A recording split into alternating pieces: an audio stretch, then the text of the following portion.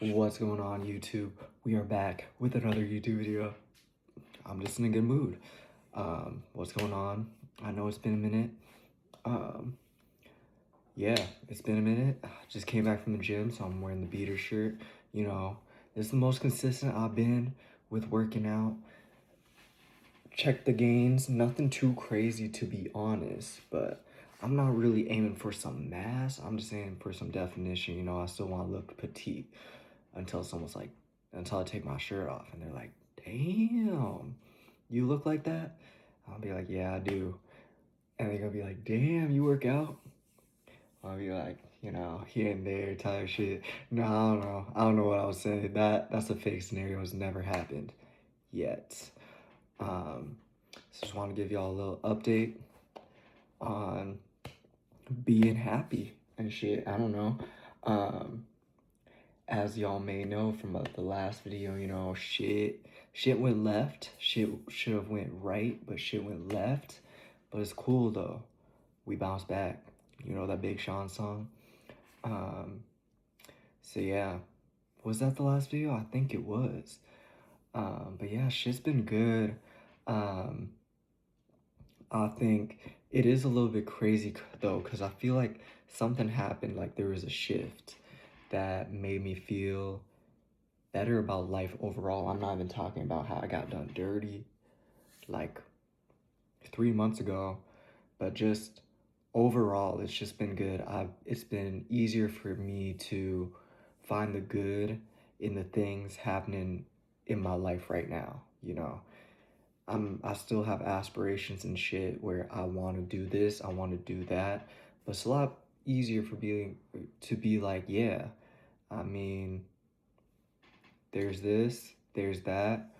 I'm happy. I can find positives in those things. You know, I was going through a hard time for sure 3 months ago. I mean, I was definitely sent down into a spiral where it was like, damn, got done dirty by someone, working this lame ass job and shit, and just some other shit like, oh, my music is sounding like butt, and it might still be sounding like butt, or oh, I have all these creative ideas, but I'm not fucking like working on them and shit. But I think there's a mindset shift that has made things a lot better, just perspective wise. And sometimes that's all you need, bro, just a shift in perspective. I actually did start therapy like a month or two ago. And I mean, I'm gonna be honest with you guys, like, it's like whatever. Nah, it's definitely useful. I think everybody should go to therapy, but I think it's whatever in the case of like you need to put in the work yourself. So it's like therapy, it directs you into the right place, but that work is done by yourself, you know? So doing therapy for a couple of weeks, I was definitely still stuck. I was like, bro, what am I doing? I'm surrounded by all these people who I don't really feel super connected to sometimes, you know?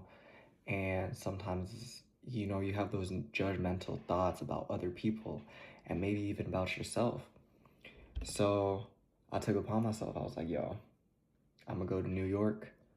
New York, I love New York, you know. I go every so often, but that's like the one destination I always go to. You know what I mean? Um, so yeah, I went to New York, and I think that's what started the shift. It was like, oh, just going there. I didn't have any like thing planned. It was just like going there and just living life, you know. I think one thing with being stuck in the state that I'm in, Minnesota, it was like, yeah, there's a lot of people who I can't really connect with, who don't really have the same background as me. And it is what it is, you know. I mean, that's really the truth. There's no denying that. It's hard to find and connect people who share the background, same background as you when you from a predominantly white area, you know. And it's like even in the bigger city within the state, it's like it's more diverse or whatever, you know. But something about it. Um, the creative scenes here, it's harder to feel connected or more inspired in those scenes and shit, you know? So, yeah, I'm just glad I went because I was able to be surrounded by people who have that same like I'm in the same creative environment that speaks to me more than the creative environment here. And my thing was, it's like, there's Chinatown in Brooklyn, there's Chinatown in Flushing and shit, but a lot of people hate on Manhattan and stuff, but it is very culturally rich there if you really think about it. Like, a lot of people, they steer towards Brooklyn because they like, oh, Manhattan, that's the big part. But on some real shit, like, Brooklyn is getting gentrified. Not to say that Manhattan isn't getting gentrified. I mean, that shit's been gentrified, but there's just little pockets. So the reason why I was mainly saying Manhattan is that Manhattan, Chinatown, is one of the largest population of Cantonese speakers, you know what I mean? So being there, speaking Cantonese every time I ordered food and shit, even if it sounded even if they're like, bro, what are you saying? Are you stupid? Some lady actually said that to me. That's okay. Um, and then, yeah, I just had this whole routine of waking up. Some days I would walk to a like bodega or whatever and get like whatever chopped cheese, bacon, egg, and cheese, But most days I would go to this Hong Kong cafe where they serve like the Hong Kong style breakfasts, macaroni soup with ham, um, toast, egg toast, yin yang cha, which is like half and half tea, not half and half with half and half milk, but it's half milk tea, Hong Kong style milk tea, half coffee, and that shit. It was amazing, And then I just had this whole routine of hanging out at Roosevelt Park, chilling with the elderly, talking to them. They doing them stretches on their monkey bars. I'm hitting them pull-ups on the monkey bars, like it was just nice. It was like, damn, that's not home. I'm gonna be honest, that's not home, but that experience made it feel like home. And yeah, I was just sick of everything going on over here in my home state.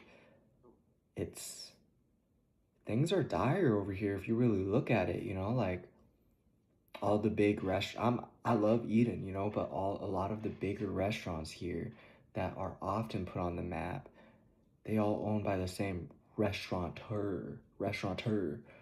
Is that how you say it? The same restaurant company or whatever, And I've heard horror stories about that restaurant company, and it's like, why are we still supporting these guys? It's because people want some aesthetic looking place, but you know, I'm on a mission where it's like, in Minnesota over here, I want to find more mom and pop places and support those because definitely feels a lot more homey and less like corporate. I'm done caring about aesthetics and shit. I don't care about the aesthetics of a certain environment I'm in unless it's my space, but if it's someone else's space, who really cares what it looks like? I'm not gonna go on my way to go look at a very nice looking restaurant, bro. I do not care about the outside vibe. I care about my vibe. But that's the only thing you can really control, your own vibe. That brings me into my next point. Anyways, wrap up the New York part. That really helped my mindset change. And then coming back, I did not know the therapy I signed up for included group therapy. So I'm on to my 2 days off. I'm doing back-to-back therapy. I got group therapy one day and the one-on-one shit another day. You know what I mean? So yeah, I did not know how to do that, but I'm in it and it's nice, we're talking about mindfulness and shit, learning how to accept negative feelings for what they are and recognize them. Because certain forms of therapy is like you're kind of psyching yourself out and trying to not think about something negative going on, So that's been really nice to be a part of that and learn and stuff. And yeah, so I feel like this mindset change was like a journey. The thing that really set it off was New York, where it was like, yo, there's places in the world I can be or could be, you know. If I ever feel trapped in my own space, I know there's places out there, you know what I mean?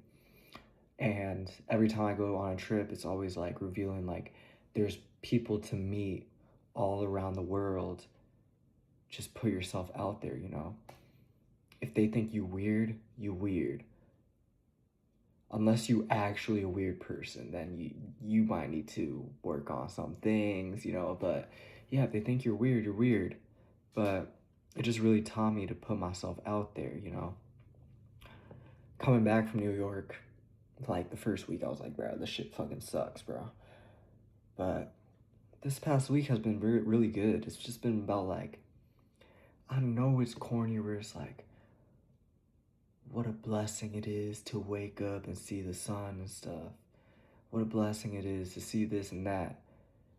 But it is kind of like kind of gets more awesome when you think like that, you know. I'm not saying like that means to- have toxic optimism, toxic positivity or whatever. Not at all, because I really don't think that's the way to go about things. Because in the end, if you do that, you're gonna end up like dismissing negative feelings. All feelings are valid, though, you know. So yeah, I mean that does help. I think there's been a lot of days where I don't want to go to work. I'll step in that place. I'm like, damn, this shit fucking sucks. But it's been good because it's like, hey, I'm bored at work. I hate this fucking job. But let me make it a mission to talk to someone new today, talk to a new coworker that I don't really talk to. Let me take a second to do this or do that. And that definitely just makes life a little bit more tolerable. You know what I mean? And that sounds weird. I was never at the point where I was like, damn, I'm gonna do something to myself. I was never at that point. But it is very nice to take things that way. And especially when it's busy, where it's like, damn, this shit's stressful, you know, I want to tweak out on someone. I've never really tweaked on someone at work, but it's been it's been a lot nicer when it's just like, yo, it's busy right now, but this is something I'm gonna get through anyways, you know. And in the end, I'm gonna be making some money, so what is there to complain about in that aspect? I think when you're tripping about trivial stuff like that, that's the thing where it's like, I'm glad I'm not tripping over that as much anymore. Um, so yeah, I'm gonna definitely still be tripping about things that like piss me off for sure, but I think I've definitely learned how to work on things in a more healthy way. And I appreciate that for myself.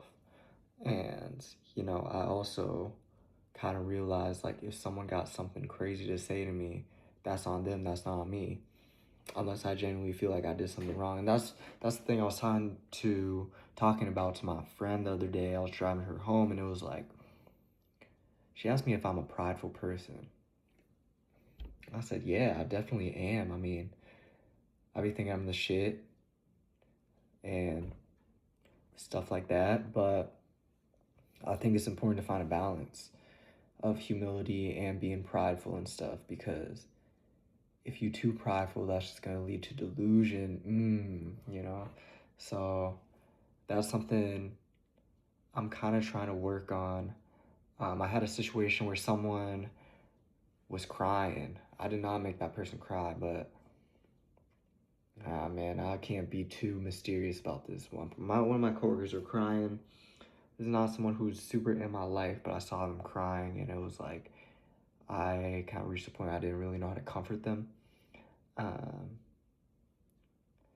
so I handed them my vape and some tissues, and that kind of made me feel like, damn, that's something I need to work on. I need to be more present in situations like this. But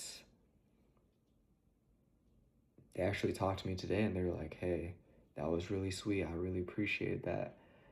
So I guess it worked in that case, you know. Um, I'm getting off topic. But yeah, that's the little update. Things have been good. I've been feeling at peace. And yeah, that's it.